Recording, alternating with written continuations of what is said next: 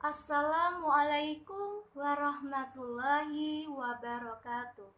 Perkenalkan, nama saya Dintiana Khairunisa Handayani, NIM 2020 33299, kelas 2F, Prodi PGSD Universitas Muria Kudus.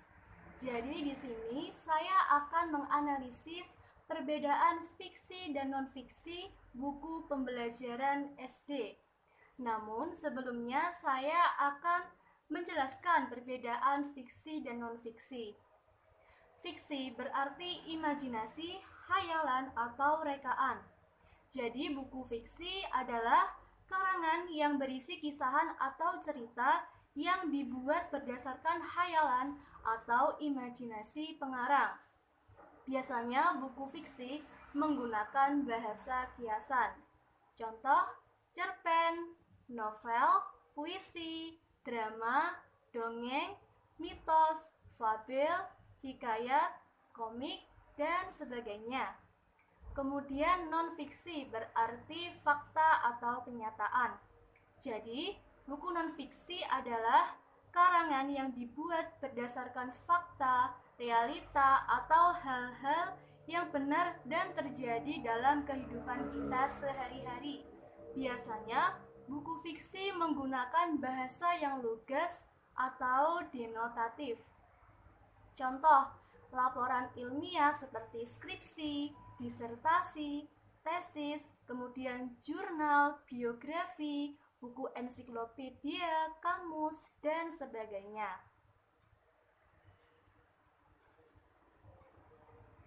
Selanjutnya saya akan menganalisis buku pembelajaran anak SD yang berjudul Keselamatan di Rumah dan Perjalanan, tema 8, kelas 2 SD, tahun terbit 2017.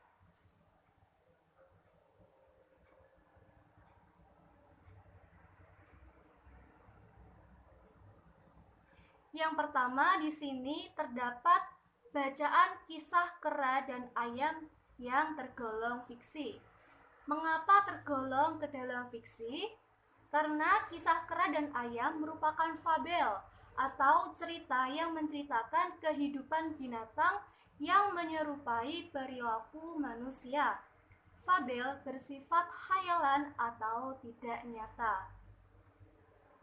Topik ini mengandung unsur pada aspek afektif karena mencakup watak, perasaan, sikap, dan nilai-nilai.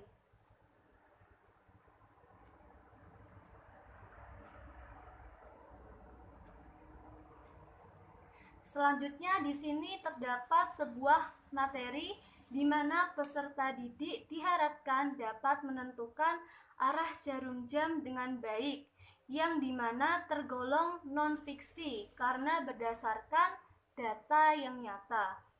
Topik ini mengandung unsur pada aspek kognitif karena berkaitan dengan penalaran angka, proses berpikir, dan mengembangkan kemampuan rasional.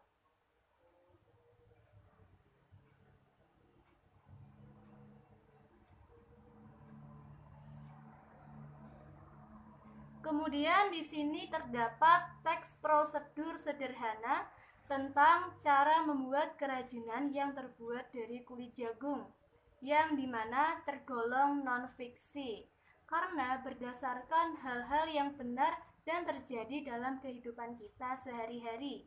Topik ini mengandung unsur pada aspek psikomotorik karena berkaitan dengan kemampuan dan keterampilan peserta didik.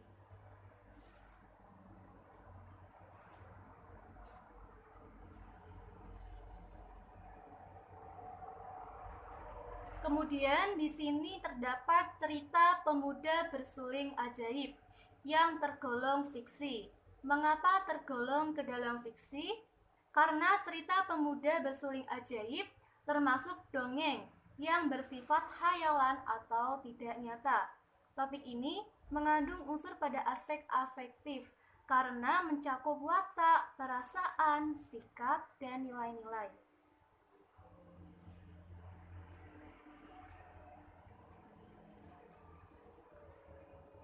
Selanjutnya di sini terdapat sebuah materi di mana peserta didik diharapkan dapat mengetahui perbandingan satuan waktu yang dimana tergolong non-fiksi karena berdasarkan data yang nyata.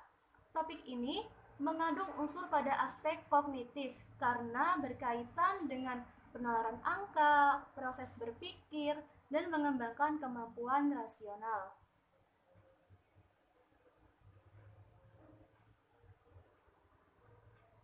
Selanjutnya di sini terdapat sebuah cerpen yang merupakan tergolong fiksi. Mengapa tergolong ke dalam fiksi? Karena cerpen termasuk cerita yang bersifat khayalan atau tidak nyata. Topik ini mengandung unsur pada aspek afektif karena mencakup watak, perasaan, sikap, dan nilai-nilai.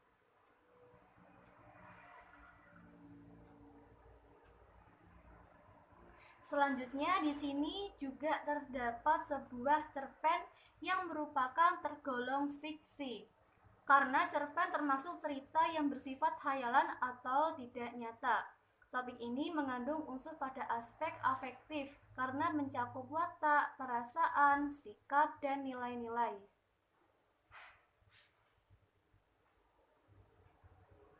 Yang terakhir di sini terdapat dialog percakapan bergambar, seperti halnya komik yang merupakan tergolong fiksi. Mengapa tergolong fiksi? Karena dialog percakapan bergambar tersebut bersifat imajinatif atau khayalan. Topik ini mengandung unsur pada aspek afektif karena mencakup watak, perasaan, sikap, dan nilai-nilai.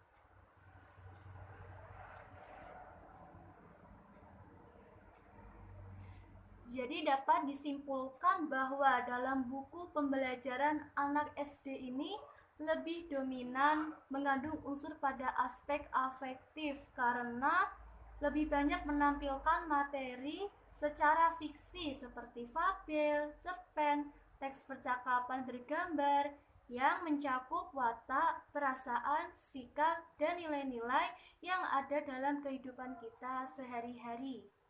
Sekian dari saya. Wassalamualaikum warahmatullahi wabarakatuh.